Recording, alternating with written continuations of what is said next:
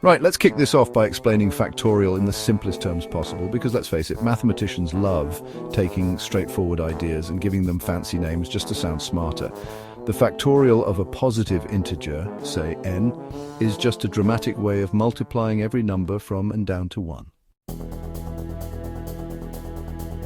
It's basically maths screaming, "Look how big I can make numbers."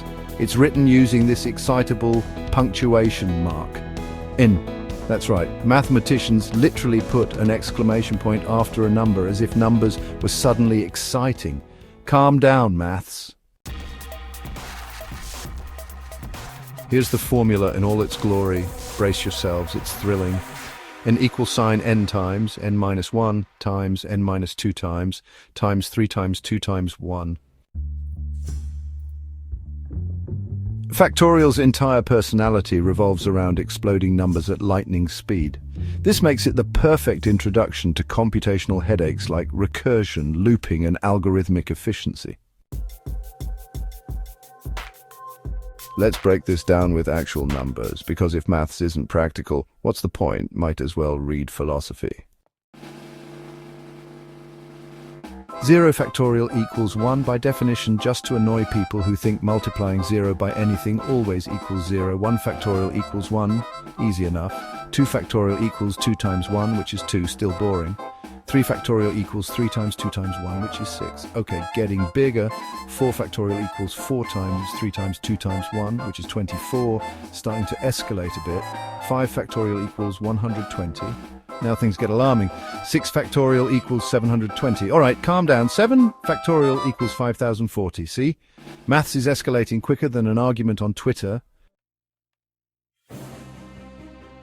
By the time you hit 10 factorial, you're at a staggering 3,628,800. It's like maths got angry, slammed its fists on the keyboard, and demanded respect.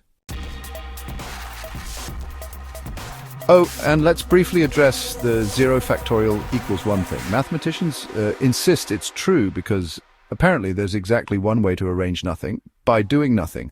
Sounds suspiciously philosophical if you ask me. Factorials have a lovely recursive definition. Recursive is a posh way of saying that something is defined by itself, like a snake eating its own tail, except less disgusting. Here's factorial being recursive. If n equals 0 or 1, then n factorial equals 1. Simple, right? Even a politician could grasp this. If n is greater than 1, then n factorial equals n times n minus 1 factorial. This is maths confidently saying, I'll handle myself. This recursive setup is brilliant for teaching because it maps directly onto how programmers think, meaning programmers and mathematicians can briefly pretend to understand each other. It's adorable, really.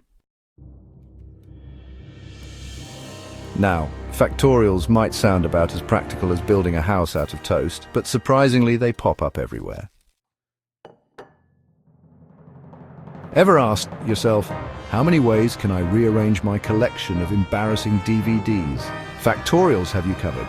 If you've got 5 terrible movies, there are exactly 120 ways to disappoint your guests. Why? Because factorial, that's why. Factorials also let you calculate combinations, like the different ways you can pick team members from a larger group. It's maths helping you avoid awkward social situations, like accidentally inviting boring friends to parties. Factorials feature heavily in probability calculations, like figuring out your slim chance of winning at poker or the even slimmer chance of your chosen lottery numbers coming up. Spoiler alert, it's grim. In genetics, factorials are used to predict how many ways your children can inherit your disappointing characteristics. Heartwarming stuff, really.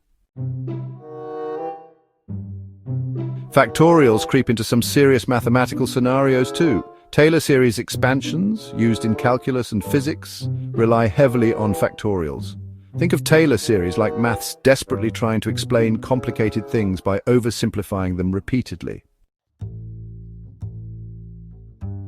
The gamma function, Factorial's fancy cousin, handles factorials for non-integer numbers, making it popular in physics and probability. It's Factorial's pretentious relative who studied abroad and won't shut up about it.